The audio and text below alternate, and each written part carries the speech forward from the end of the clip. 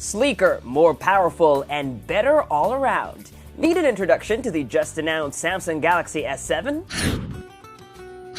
Hi, I'm Michael Josh, and you're watching Gadget Mash. We flew to Barcelona to get the scoop on the Samsung Galaxy S7, and here is our hands-on review. Let's get straight to it. This is the Galaxy S7, and this is the Galaxy S7 Edge. Both phones measure 5.1 inches and 5.5 inches respectively. Design-wise, not much has changed since last year, but that's not surprising because the S6 redesign was well received. Instead, Samsung took what it had and made it better. The S7 is still mostly made up of glass and metal, but now has slightly more rounded corners and a slightly more squarish home button.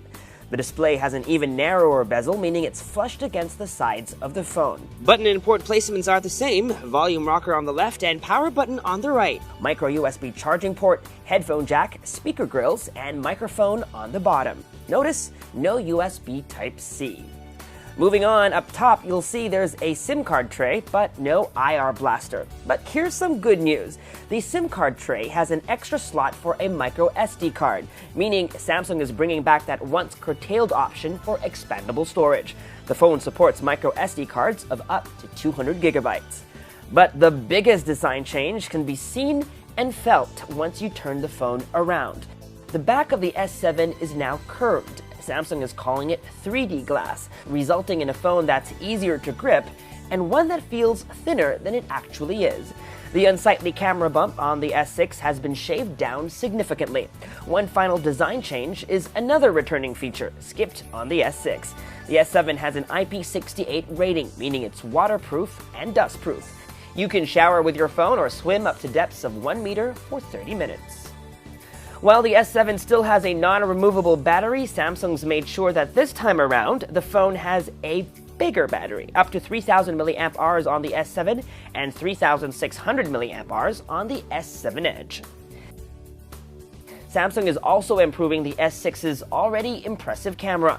The company is touting a new feature called Dual Photo Diode, something seen on high-end DSLRs like the Canon 70D. The promise is even better low-light performance and even faster autofocus. We spent some time with the camera and were pretty impressed by focus speeds.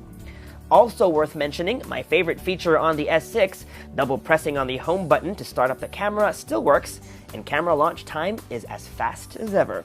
Samsung is making a bold move this year, cutting down on megapixels from 16 on the S6 to only 12 on the S7, but this is actually a good thing because each individual pixel is larger and shots, theoretically, should be better. The selfie camera also gets a fill-in flash, although we're not sure if, like on the iPhone 6s, it adjusts based on ambient light conditions. In our tests, we only got a warm white flash.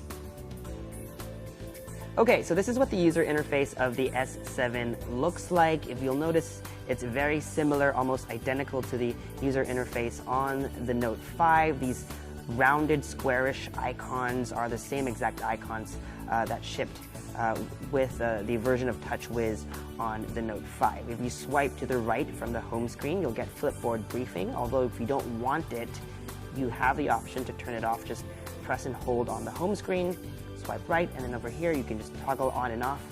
We set it to off, and now it's turned on. You can basically it's turned off, and then if you want to turn it back on, just go ahead and do that as well, and then we've turned it back on. While we're here on the settings, let me also show you some of the wallpapers that shipped.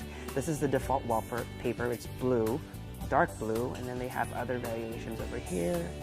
I actually like this one over here, and it also comes in this gold color, if that's what your preference is. I actually like this, so I'm going to set it to be our new wallpaper. Also, while you're on settings, you can actually also change a couple of things. You can change the icon spacing. Right now we're at 4x4, but if you'd like to fit in more icons, you could definitely go to 5x5 or 4x5, whatever you please. But let me just leave it here, and maybe let me just turn back to something darker for this video. This is what the drop-down notification shade looks like. If you recall, on the S6, the design was a bit quirky, a bit fun. This one is a bit more minimalist, more held back. You'll notice shades of gray and blue, And if you look over here is a new feature of the S7, the always on display. Currently it's set to on. We can turn it off with a tap, but let's turn it back on and then just switch off the display, and you'll notice in a bit this will pop out, and this is always on the display. Samsung has actually patented or registered the use of always on, so they kind of own that trademark. It's 11:17 a.m. That's the time, that's the date. You have the battery levels over here, and if you had missed calls or incoming messages, the count would appear underneath the time over here. And like I said, it's always on the display, but it consumes very little power. Samsung says less than 1% of battery per hour. Let's go ahead and dive into the app drawer. Again, very similar, and we're actually pleased to see that there is hardly any bloatware. There are a couple of Samsung apps like S Health and S Voice, and there are built-in Google apps as well as a suite of Microsoft apps, including Word, Excel, and PowerPoint. And last, let's take a look at the settings menu. Again, very similar to the settings menu on the Note 5. You can search. For example, I was looking for storage earlier.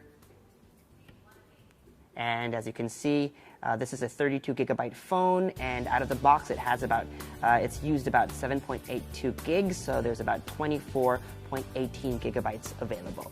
Last thing I want to show you is the version of Android. If you go into software info, you'll find that it runs Android 6.0.1 out of the box, and that is Marshmallow. And you press and hold. Let me see. There you go. You have an Android version of Flappy Bird.